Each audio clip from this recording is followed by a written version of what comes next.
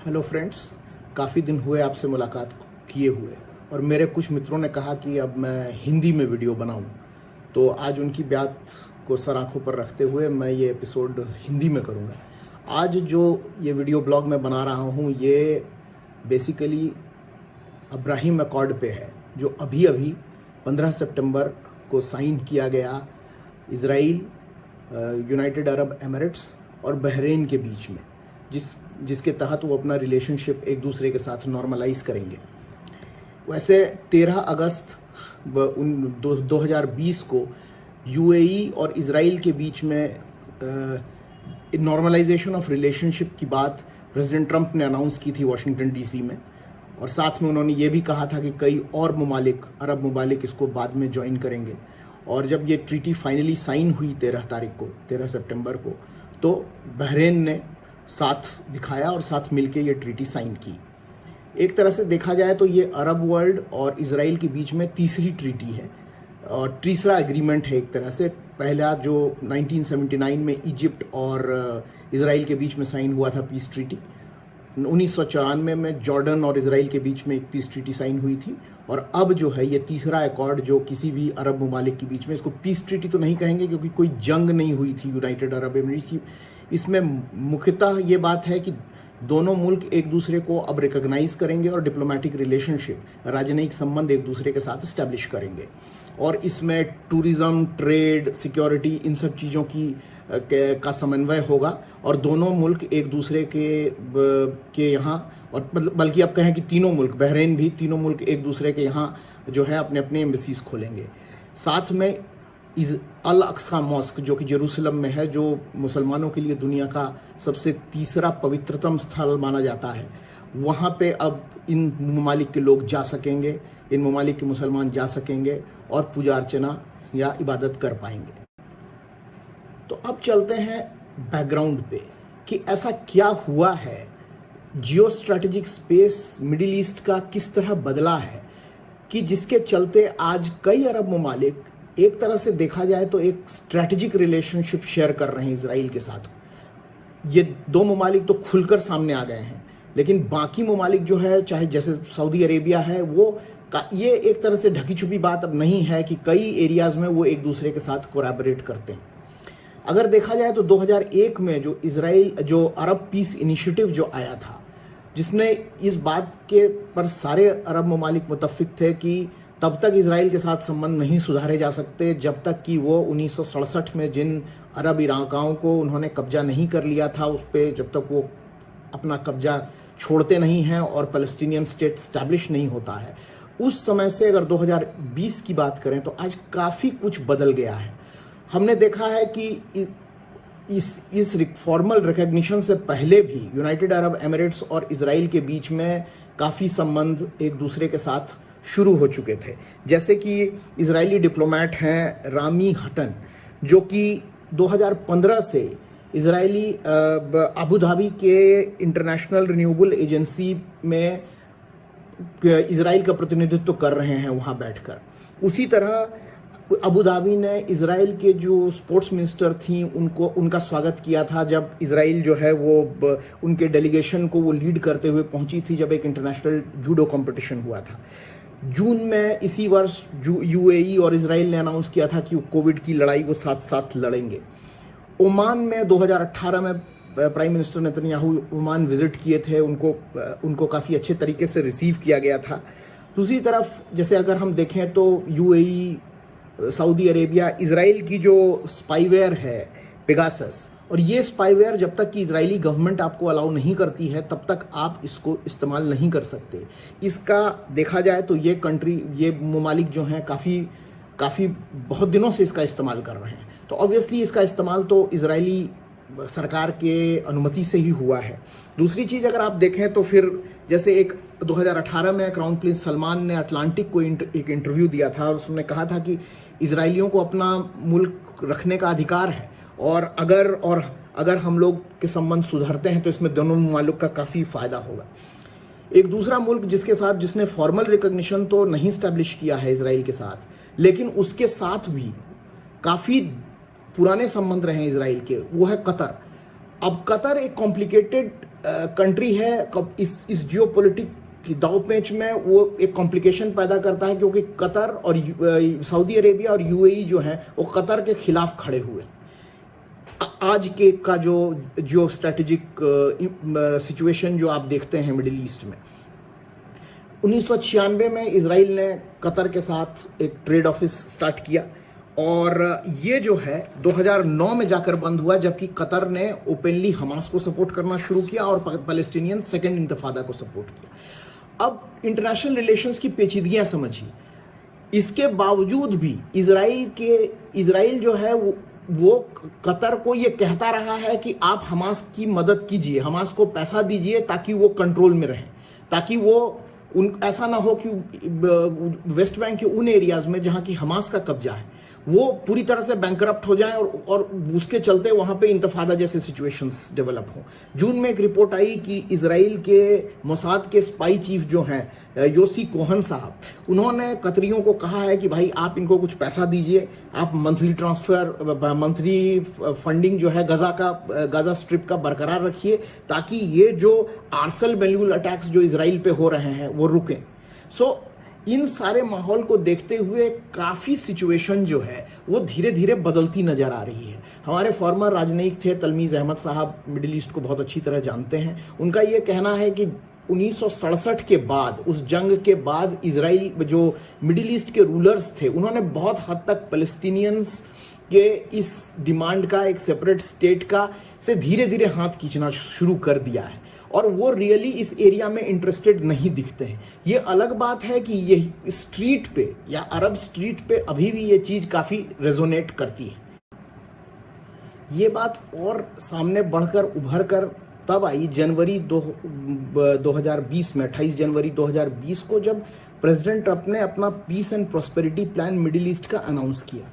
इस अनाउंसमेंट के समय यूएई के एम्बेसडर साहब, जो कि काफ़ी करीबी माने जाते हैं वहाँ के जो रूलर्स हैं उनके, अल उतैबा साहब, ये वहाँ प्रेजेंट थे। तो इससे लगा कि कुछ बात बढ़ेगी और कुछ ना कुछ प्लान्स जो हैं पीस के वो आगे बढ़ेंगे। लेकिन इसी बीच में दिक्कत तब आई जबकि 28 मई को प्राइम मिनिस्टर नेतन्याहू ने ये अनाउंस किया कि हम जो है वो वेस्ट बैंक और गाजा की, हम वेस्ट बैंक के एरियाज को एनेक्स करेंगे इजराइल में। इसके रिस्पांस में अल उतैबा साहब ने एक ऑपेड लिखा वहाँ के इजरायली जो वहाँ का जो लार्जेस्ट सर्कुलेटिंग डेली है इजरायली, उसमें उन्होंने हिब्रू में लिखा, मतलब हिब्रू में ट्रांसलेट करके इसको, जिसमें उन्होंने इस इजरायली प्रधानमंत्री को इस बात के खिलाफ मना किया और वार्न किया एक तरह से कि देखिए, अगर आप अगर आप एनेक्सेशन करने की बात करते हैं तो इसके चलते जो भी पीस के तरफ जो कदम बढ़ाए जा रहे हैं उसको बहुत जोरदार धचका लगेगा और इससे कोई फायदा नहीं होने वाला है। दूसरी तरफ फिर अमेरिका ने भी, क्योंकि अमेरिका के जो राष्ट्रपति के जो टॉप एड थे बर्कोनिच और उनके दामाद जो हैं क्रूजनर, उन्होंने भी नेतन्याहू को इससे मना किया।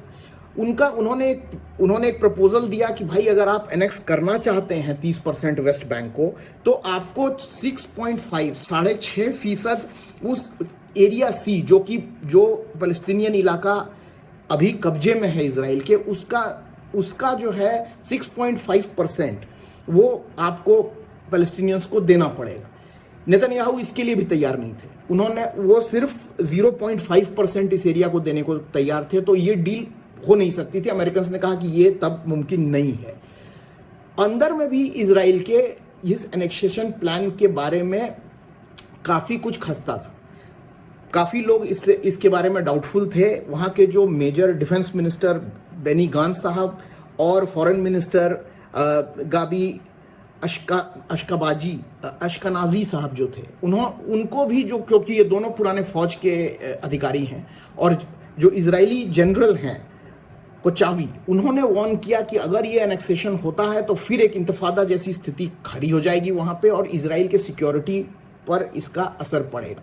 तो इस बात से नेतन्याहू साहब को भी बात समझ में आ गई कि अभी के मौके पे इजराइल ये एनेक्सेशन करने की कोशिश जो है वो उतनी फायदेमंद नहीं दिख रही है। तो एक तरफ से जब उन्होंने और दूसरी चीज उनको ये भी लगा कि अगर वो इस प्लान को छोड़ते हैं एनेक्सेशन की, तो लोग उनको एक पीस मेकर के तरह, एक स्टेट्समैन के तरह उनको जो है दुनिया में सराहा जाएगा और शायद उनको आने वाले इलेक्शन में भी इसका कुछ फायदा मिले। तो फिर अब ये समझने की कोशिश करते हैं कि इसमें इजराइल का क्या फ़ायदा है और यूएई और बहरीन का क्या फ़ायदा। तो पहले इजराइल का सबसे बड़ा फ़ायदा तो ये है कि एक तरह से उसका एक्सेप्टेंस धीरे धीरे कर अरब वर्ल्ड में बढ़ता जा रहा है, और जैसे जैसे अरब ममालिक उसको एक्सेप्ट करते जाएंगे, तस्लीम करते जाएंगे, आप ये देखें कि पैलेस्टीनियंस का बार्गेनिंग पावर उतना ही कम होता जाएगा। तो इजराइल के लिए तो ये फ़ायदा है। इजराइल की पर्सनैलिटीज़ का क्या फ़ायदा, इस पे हम बाद में आएंगे। अब मेन मुद्दा ये है कि इसमें यूएई और बहरीन का क्या फ़ायदा है, और साथ में बहुत लोगों का कहना है कि ये तब तक नहीं हो सकता जब तक कि सऊदी अरेबिया बोर्ड पे ना हो, जो कि एक तरह से सही भी है। तो इसमें सऊदी, यूएई और बहरीन का क्या फ़ायदा है। सो अगर आप आज की मिडिल ईस्ट की जियोपॉलिटिक्स देखें तो ये जो ममालिक हैं, सऊदी, यूएई और बहरीन, ये इनके लिए आज इजराइल सबसे बड़ा थ्रेट नहीं रह गया है। इनके लिए जो मिडिल ईस्ट में जो थ्रेट उभर के आए हैं वो एक तो ईरान का ट्रेडिशनल थ्रेट है, जो एक सुन्नी शिया जो एक तरह से कहें तो टकराव है मिडिल ईस्ट में, और जो ये है जो ईरान जो है वो हमेशा ही सऊदी डोमिनेंस को चैलेंज करता आया है। वो इंटरफियर करता है यमन में, हमास को सपोर्ट करता है, हिजबुल्लाह को सपोर्ट करता है, जो बेसिकली उन फोर्सेस को जिनको सऊदी सपोर्ट करता है उनके खिलाफ खड़े होते हैं। दूसरी चीज़ है, ईरान ने अब जैसे हमने देखा पिछले बार सऊदी हार्टलैंड में भी अटैक्स किए थे, तो ईरान के ऑयल वेल्स पे अटैक किया उन्होंने, प्लस वो जो रेस्टिव प्रोविंसेस हैं जहाँ की शिया पॉपुलेशन ज़्यादा है वहाँ उनके लिए प्रॉब्लम क्रिएट करता है। सो इस स्थिति में ईरान को और बैलेंस करने के लिए इजराइल एक अच्छा ऑप्शन है, खास करके उस समय जबकि अमेरिका प्रेसिडेंट ट्रंप के नीचे धीरे धीरे मिडिल ईस्ट से विड्रॉ करता जा रहा है, क्योंकि अमेरिका बहुत हद तक तेल के मामले में अब सेल्फ सफिशिएंट हो चुका है शेल गैस आने के बाद, और उसका मेन थ्रेट परसेप्शन जो है वो अब इंडो पैसिफिक की ओर वो शिफ्ट कर रहे हैं। जैसे, और दूसरी बात ये है कि जब ईरान के साथ अमेरिका प्रेसिडेंट ओबामा ने ये जो न्यूक्लियर डील साइन की थी, तो उन्होंने एक तरह से पूरी तरह ये मिडिल ईस्ट के जो बाकी ममालिक थे, यूएई, सऊदी, इनके कंसर्न्स को एक तरह से दरकिनार कर दिया था। तो अब और इनकी बात लगभग सुनी नहीं गई, ये टेबल पे भी नहीं थे। अब लेकिन इस पीस डील के बाद यूएई ने अपने आप को ये इंश्योर कर लिया है कि अगर प्रेसिडेंट ट्रंप चुनाव हारते भी हैं और डेमोक्रेट्स वापस आते हैं तो इनकी कुछ ना कुछ से वहां पे रहेगी, क्योंकि एक साइजेबल कॉन्स्टिट्यूएंसी जो एक तरह से कहें जो pro Israeli evangelist constituency United states में है, उसमें इन्होंने अपनी पैठ बना ली है इजराइल को रिकॉग्नाइज करके। तो अब पूरी तरह से इनको जो है वो नज़रअंदाज नहीं किया जा सकेगा। जब भी ये कोई भी अगर फ्यूचर डील होती है या फिर से नेगोशिएशन ईरान के साथ शुरू होते हैं, अगर डेमोक्रेटिक गवर्नमेंट आती है तो, और दूसरी तरफ ये भी होगा कि इसके चलते जो और दो ममालिक जो इनके लिए प्रॉब्लम क्रिएट कर रहे हैं, आज जो मिडिल ईस्ट का जो सिचुएशन है उसमें इन ममालिकों को सबसे ज़्यादा खतरा अभी टर्की, ईरान और मुस्लिम ब्रदरहुड से है। कतर के साथ इनके संबंध उसी के 2017 में अरब स्प्रिंग के दरमियान ही खराब हुए, जब कतर ने जो है वो सपोर्ट करना शुरू किया मुस्लिम ब्रदरहुड को टर्की के साथ मिलके, और काफ़ी नागवार ये गुजरा यूएई के रूलर्स के लिए और सऊदी के लिए। सऊदी ने एक तरह से सारे संबंध कतर के साथ तोड़ लिए और उनके साथ एक इकोनॉमिक ब्लॉकेड भी लगा दिया। आज बेसिकली आपके टर्की में जो हुकूमत आई है वो दोबारा अपने आप को एक तरह से खलीफेट बनाने की फिर से कोशिश कर रही है, ऐसा ये ममालिक दोबारा सोचते हैं। कई जगह पे जियो स्ट्रेटेजिक कॉम्पिटिशन है अरब वर्ल्ड और टर्की के बीच में, और इर्दोगान साहब को अभी ये सबसे ज़्यादा अपना खतरनाक दुश्मन मान रहे हैं। आप देखें तो जैसे कि लीबिया में दोनों अलग गुट को सपोर्ट कर रहे हैं, और जब ये जो पत्रकार थे जिनको मारा गया, और लोग जो जनरली इनके बारे में मतलब उसका इल्ज़ाम जो है वो टर्की के इसको क्राउन प्रिंस पे ही लगाते हैं, तो टर्की ने काफ़ी उसको नेगोशिएट, बल्कि एक तरह से इन्वेस्टिगेट करके ये चीज़ें निकालने की कोशिश की कि एमबीडी उनके ये जो है ये इन्वॉल्व हैं इस पत्रकार की मृत्यु में। तो अभी जो संबंध है, इन सारे संबंधों को देखते हुए उनको लगा कि जब अमेरिका विड्रॉ कर रहा है, हमारे इर्द गिर्द जो मुमालिक हैं कई मामलों में वो कई ज़्यादा पावरफुल हैं। यूएई अगर आप देखिए तो टोटल 10 मिलियन की आबादी है, जिसमें से 1 मिलियन सिर्फ यूएई के लोग हैं, बाकी सारे जो हैं वो बेसिकली विदेशी हैं और उनको आप नेचुरलाइज भी नहीं कर सकते। तो ऐसी स्थिति में, और जब इसको आप ईरान के संदर्भ में देखते हैं तो आपको लगता है कि ये मुल्क जो है वो कमज़ोर मुल्क है। तो एक हेज या बैलेंस करने के लिए इजराइल के साथ अगर संबंध सुधरते हैं तो ये हमारे इंटरेस्ट में होगा। ये ध्यान देखते हुए काफ़ी अरब ममालिक का जो है अब अपना व्यू जो है वो इजराइल के बारे में धीरे धीरे बदलता जा रहा है। अब बात करते हैं इंटरनेशनल रिएक्शंस की इनकी। तो अरब वर्ल्ड में इजिप्ट, ओमान, बहरीन ने तो खैर ज्वाइन ही कर लिया है, इन्होंने खुल के इस डील का समर्थन किया। सऊदी ने अभी तक कुछ कहा नहीं है। जॉर्डन, जिसके साथ पुराने संबंध हैं इजराइल के, उसने न तो समर्थन किया है ना विरोध किया है। उसने कहा है कि किस तरह ये बात आगे बढ़ेगी ये इजरायली बिहेवियर पे निर्भर करता है। टर्की और ईरान, जैसे हमने पहले भी बात की, उन्होंने जोरदार तरीके से इसको कंडेम किया है। वैसे टर्की, ये बात बता दें कि टर्की का कंडेमनेशन कुछ समझ में नहीं आता, क्योंकि 1939 से उनके संबंध इजराइल के साथ हैं। सबसे ज़्यादा डिसअपॉइंटमेंट इसमें पैलेस्टीनियंस को हुआ है, और उन्होंने इस डील की बहुत कड़ी मजम्मत की है, और यहाँ तक कि उन्होंने अपना जो प्रोटेस्ट में अबू धाबी से अपना एम्बेसडर भी वापस बुला लिया। अब इस डील का मुख्य फायदा किन किन लोगों को है? तो पहला फायदा तो प्रेसिडेंट ट्रंप को है, क्योंकि ट्रंप एक स्टेट्समैन बन के उभर के आए हैं। दूसरा, ये और खास करके जो चुनाव होने वाले हैं उस दौर में उनको एक मेजर फॉरेन पॉलिसी सक्सेस मिली है, और वो इवेंजेलिकल कॉन्स्टिट्यूएंसी, जो कंजर्वेटिव कॉन्स्टिट्यूएंसी है, जिसमें काफ़ी लोग इजराइल के समर्थक हैं, उनको भी उनके अंदर अपनी पैठ बनाने में उनको मदद मिली है। कुछ लोग ये भी कह रहे हैं कि नेतन्याहू को भी इससे मदद मिलेगी।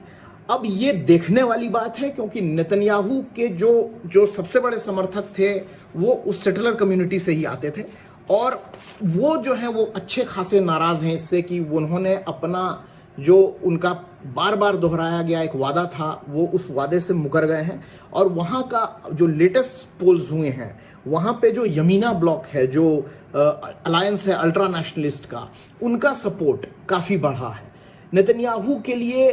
पूरी दुनिया में तो वो डेफिनेटली एक पीस मेकर बन के, एक स्टेट्समैन बन के उभर के आए हैं, लेकिन क्या ये आने वाले इलेक्शन में उनको फ़ायदा देगा, ये अभी देखने की बात। अब इस डील का भारत ने क्या रिएक्शन दिया है? तो भारत ने इस डील का समर्थन किया है। इजराइल हमारा स्ट्रैटेजिक पार्टनर है। एमईए के स्पोक्समैन ने कहा कि इजराइल हमारा स्ट्रैटेजिक पार्टनर है, यूएई हमारा स्ट्रैटेजिक पार्टनर है, और उन दोनों के संबंध सुधर रहे हैं। ये इसका हम स्वागत करते हैं, ये हमारे लिए फ़ायदेमंद है। पाकिस्तान ने कुछ नहीं कहा है। पाकिस्तान ने सिर्फ ये कहा कि भाई हमारा एक प्रिंसिपल स्टैंड है और हम उस स्टैंड पे कायम हैं। वैसे एक बात मैं आपको बता दूं कि पाकिस्तान के इंटरनल डिबेट्स में ये कई चीज़ें चल रही हैं कि क्योंकि हम इजराइल को रिकॉग्नाइज नहीं करते हैं, इसका काफ़ी फ़ायदा हिंदुस्तान को हो रहा है। अगर सही मायने में देखें तो पाकिस्तानी आर्मी चाहती है कि इजराइल के साथ संबंध सुधरें। इजराइल और पाकिस्तान के बीच का क्या संबंध है, इस पर मैं एक आगे वीडियो बनाऊंगा और आप लोगों के सामने पेश करूंगा। फिलहाल अभी इतना ही। अगर आपको ये वीडियो पसंद आया तो कृपया इसको लाइक कीजिए, मेरे चैनल को सब्सक्राइब कीजिए, और आप उसमें बेल आइकन दबाइए ताकि जैसे ही मैं वीडियो पोस्ट करूं आपको इस बात का पता चल जाए। और अगर आप चाहते हैं कि किसी एक ऐसी चीज़ पे जिस पे मैं रिसर्च करके आपको बताऊं, तो कृपया उसको कमेंट सेक्शन में लिखें। मैं जहां तक हो सकेगा रिसर्च करके आप तक उसके सारे डिटेल्स लाने की कोशिश करूंगा। धन्यवाद।